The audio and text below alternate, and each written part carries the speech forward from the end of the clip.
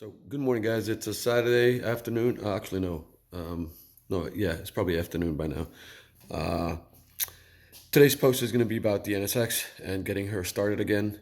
From the last video that you saw, pretty sure that I've included it, that I had an issue starting the NSX. Unfortunately, just to note, I am using my cell phone camera just because I sat at H2O. I sat on the camera while it was attached to the selfie stick. So it bent it, the mount is already broken, and I had sent it to get it fixed. I haven't received it yet. It's been about 2 weeks, so bear with me. My hand isn't going to be as stable as the camera that I normally use, which has flow stabilization, which is software based, and kind of corrects this shaky ordeal. But I'm gonna try to my best to try and keep this still as much as possible. Also, this my phone gets notification from my security cam, so you might kind of hear a bunch of dings as maybe things might be passing in front of my house or what. But anyway, so disregard that. So back to the NSX. It seems as though the NSX, I'm not sure what the frequency is, but has a tendency to lose its main relay.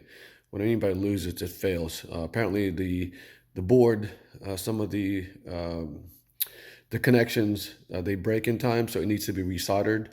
So what folks do is they take the failed relay and they get it resoldered and fixed and keep that in their glove compartment because, like I said, it has a tendency to fail.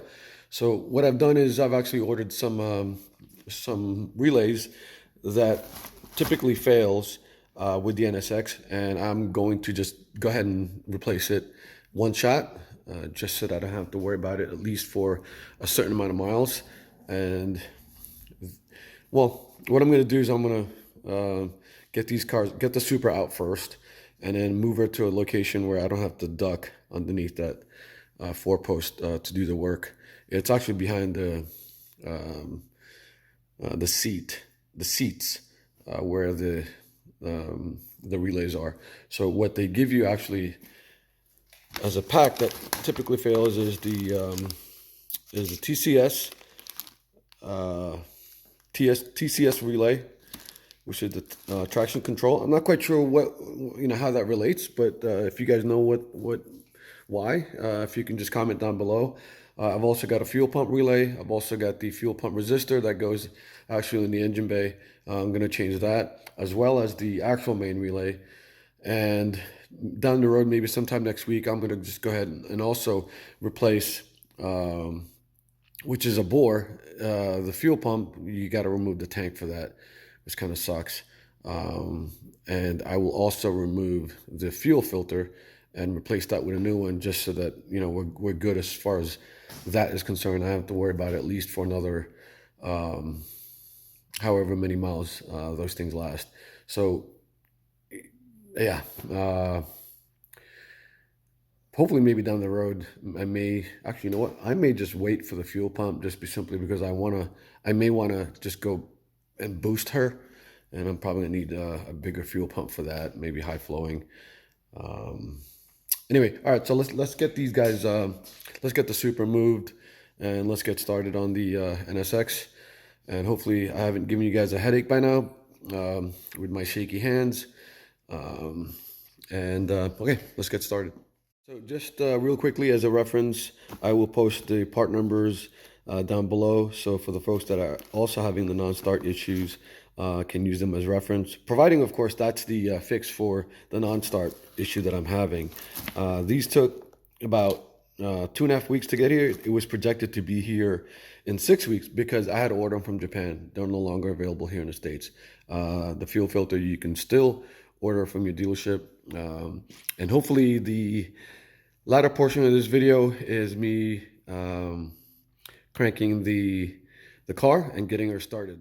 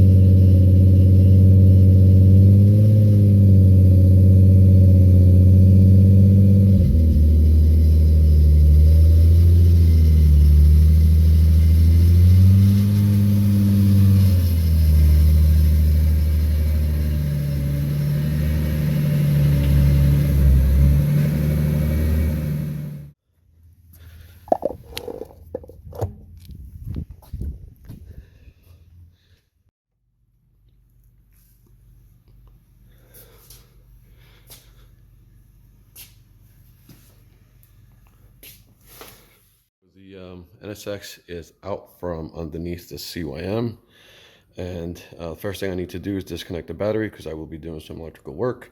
Don't want any fuses blown or anything getting fried. I've already gone ahead and removed the top panel of the area where the fuses are, which is behind the seats, and let me get in there and show you which ones I will be replacing. Okay, so there's not much room to play with, so I'm probably going to be moving this phone camera a lot, but trying not to. But anyway, so this is the main relay right here.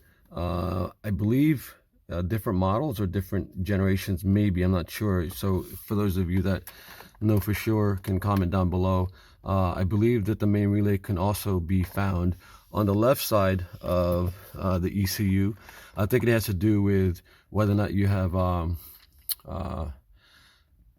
drive-by-wire or non-drive-by-wire. But anyway, so as I switch my hands to get this camera from wiggling, the other is this relay right here, and this is the fuel pump relay.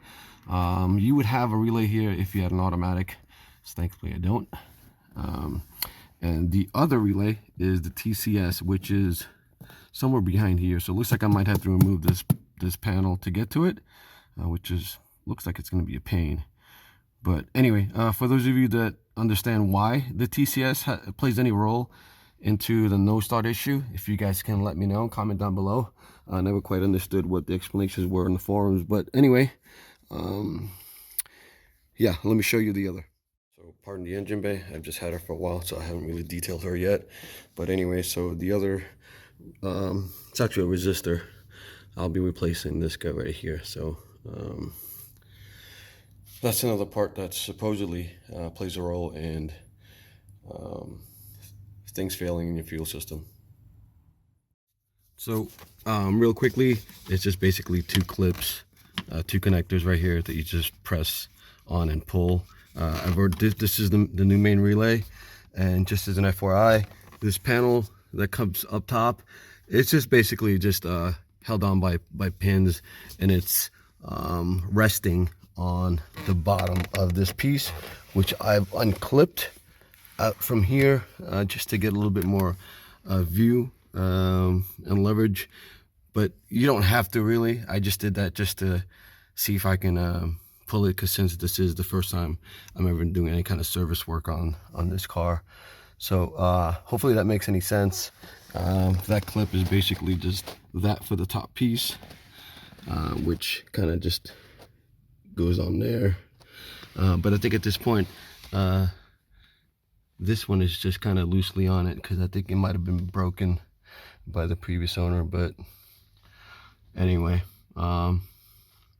okay, but essentially, so that's the main relay. This is kind of just held on by a 10mm bolt. Unscrew that, and you have two connectors down at the bottom, which you just press on to unclip and do the reversal. I got the main relay on there, which is supposedly really mostly the issue. I'm just gonna try to see if I can start just without that, and having not to replace the other relays for now. But I will eventually do it after this. But I just wanna kind of a little antsy on trying to get this thing started. But anyway, so to get to the battery, she's running, of course, a smaller battery. I disconnected it just so that, like I said before, don't want to have to deal with any electrical issues. So just want to cover how to remove the spare. So really what it is just this piece right here, like any other spare that you would find. It just bolts. It goes onto the center hub right there, and it kind of screws into that threaded hole. Let's get the battery back on, just to see if maybe we can get her started with just a main relay. Just a main relay replacement. Okay, so the moment of truth. Again, forgive me for the shaky camera, because I'm not used to doing this with my phone. But anyway, okay. Jiggle that baby in neutral. See, I'm trying to do this over the phone. Okay, let me move the seat up real quick. All right, the moment of truth. See if she starts. There she goes. Ah, I'm so happy. She's going out for a drive today. Really happy. I didn't really need a third car to be down, but yep, looks like that main relay did it. But I will go ahead and change the other relays just in case also. So I went ahead and replaced the fuel pump relay. Basically all it is a connector and a 10mm bolt to get to the TCS, which is underneath here. Basically you just have to unscrew that point, this one here and that one to get to this panel, and the cover that was here, basically all it is just clip. So what I did was I used this tool right here at the end to make sure that I didn't break anything. To add, remove this molding here to get to these clips that clips on this rail here. So before you can actually move this piece to get to that, what I did was I got a long extension and I didn't want to have to remove this whole thing. So what I did was I just got to the bolt that holds this relay. Basically it's a 10mm and one connector as well. It's the same relay as a fuel pump.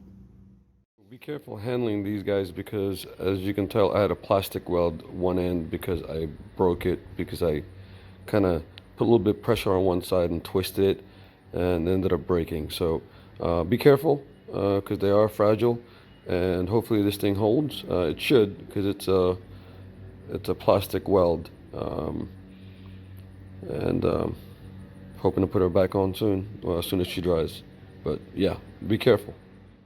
NSX 1, me 0. So no longer an NSX version. He's claimed his first victim, I guess, in this household. So real quickly, just to cover the resistor, because it was a pain in the ass for me to actually remove. Anyway, just as a heads up, this clip actually, if you see it up top, it looks like all you need to do is remove it from the harness from the top. But in actuality, this is actually clipped at the bottom, right here. So you need to actually press this to be able to get it out of this mount. That's where it was before. Also, what I did was this was a real pain in the butt to get the screws out. I was actually starting to strip it. It's a Phillips head.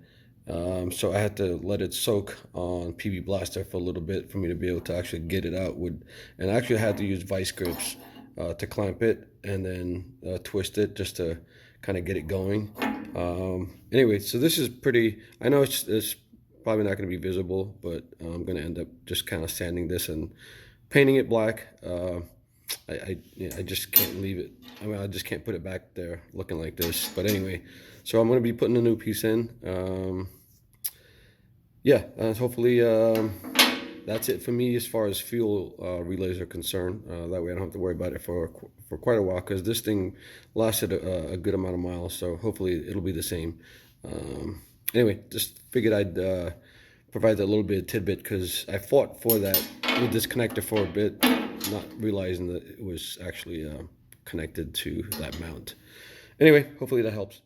Okay, so I sanded and primered and painted this bracket, so now it should somewhat look a little cleaner, as opposed to putting back something that's all rusted and messed up. But anyway, so I know I got a long ways to go with this engine bay, but I did clean that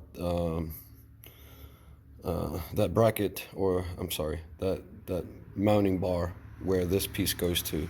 So at the very least, I'm doing it slowly. I can get to a point where as I touch an area in the car, I'm going to clean it or fix it up a bit. But so I'm going to be putting that resistor soon, so that way at least looks somewhat clean.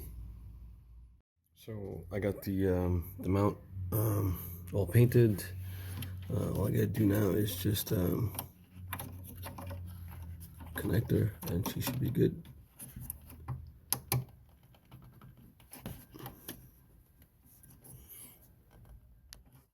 So I got the bracket in, I got the new resistor in, so it looks a lot better than what it did before. So just need to clean the rest of the engine bay. In due time. I just got a bunch of stuff that I need to get done first. But the fact that she started now, fuel pump relay, TCS relay, the main relay, and this resistor has been replaced, I feel more comfortable. I need to do next is that fuel filter. So that's going to be a little bit of a pain because it's hard to get to those bolts without having to actually, no, that should be fairly easy, but of course, I probably just jinxed myself. But anyway, it's never fun working with fuel. But gonna start her up, maybe take her out for a spin, maybe in the morning. Just kind of looking to maybe take the Super out, have a little bit of fun with her. I think there's a pop-up meet somewhere, but not quite sure. But anyway, I'm kind of bored. I'm done being in the garage and wrenching. I need to start driving. All right, guys, till next time. You know, I might add that I don't have the kind of coin that some of you guys have. I'm rocking eBay hardware on this thing. But anyway, it looks better than the rusted old bolts.